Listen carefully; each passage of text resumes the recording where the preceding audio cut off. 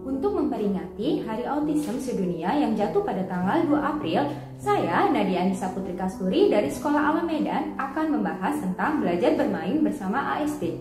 ASD atau Autism Spectrum Disorder adalah gangguan perkembangan syaraf yang mempengaruhi gangguan interaksi, komunikasi, dan perilaku. Adapun masalah-masalah penyandang autism pada umumnya. Yang pertama adalah sulitnya berinteraksi dengan teman sebayanya. Yang kedua, sulitnya berinteraksi dengan orang lain.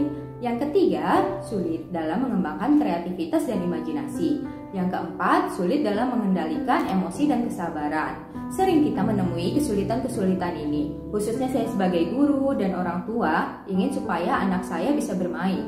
Murid saya bisa bermain, baik dengan gurunya, temannya, maupun orang tuanya. Tetapi mereka sulit untuk bermain. Untuk itu, adakah solusinya? Jawabannya ada. Sebelum saya masuk ke solusi, mari kita bedakan dulu apa perbedaan belajar dan bermain. Dari tujuannya saja, belajar itu untuk pengetahuan, sedangkan bermain untuk hiburan atau kesenangan.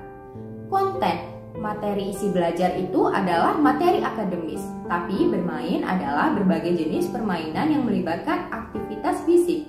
Jadi, bukan hanya akademis. Fokus. Belajar itu formal, kalau main itu informal atau relaksasi. Persyaratan. Belajar itu adanya buku atau guru. Tapi kalau main tidak perlu adanya guru atau buku. Input. Untuk belajar itu selalu terstruktur.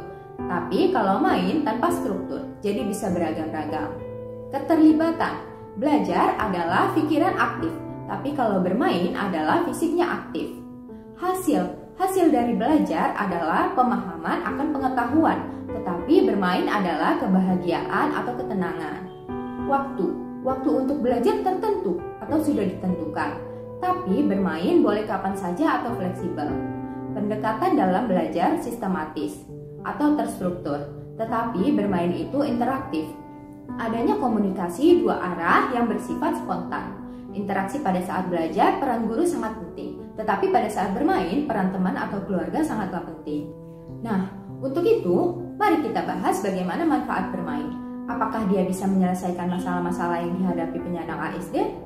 Manfaat bermain ternyata bisa untuk meningkatkan kemampuan sosial anak, emosional anak, dan meningkatkan kemampuan kognitif, termaksud belajarnya, dan meningkatkan kemampuan motorik. Yang bermain bersama teman itu disebut playdate, atau bermain bersama orang tua disebut floor time. Jenis-jenis bermain, ada yang disebut dengan bermain bebas, yang anak itu boleh lari-lari sesukanya, tidak perlu ada aturan. Namanya unoccupied. Meningkat sedikit, dia main sendiri, tetapi sudah ada objeknya. Yang tadinya tidak ada objeknya, sekarang sudah ada objeknya. Setelah dia ada objeknya, ada teman yang datang. Temannya akan melihat dia bermain. Temannya ini disebut sedang onlooker play atau belajar mengamati. Kemudian setelah dia mengamati, dia melakukan juga permainan yang sama, walaupun mereka tidak saling berhubungan, yang disebut bermain paralel atau parallel play.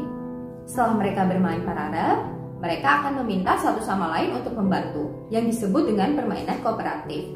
Kooperatif itu ditingkatkan dengan intens, interaksinya sangat tinggi, disebut bermain asosiatif. Inilah yang disebut jenis-jenis bermain. Dan apakah permainan ini benar dapat menyelesaikan masalah-masalah yang dialami anak ASD? Ternyata ada buktinya. Oleh Greenspan dan Wieder dalam penelitian pada tahun 2006 disebutkan bahwa 6 minggu bermain floor time atau bermain bersama orang tua dapat membuat anak terlibat dalam aktivitas yang lebih menyenangkan dan interaktif. Greenspan dan Wieder juga pada tahun 2007 menyatakan 15 tahun setelah DIR adalah singkatan dari Developmental Individual Difference Relationship. Anak-anak ternyata mempertahankan pencapaian mereka, jadi tidak menurun, tetapi tetap bertahan. Ini khusus untuk anak ASD. Kemudian, Greenspan dan Wieder tahun 1997, Solomon, Nicholas, Fetz, dan Brookman pada tahun 2007 menyatakan hasil dari floor time itu adalah 45-58% anak-anak mampu menunjukkan pencapaian perkembangan yang sangat baik hingga luar biasa.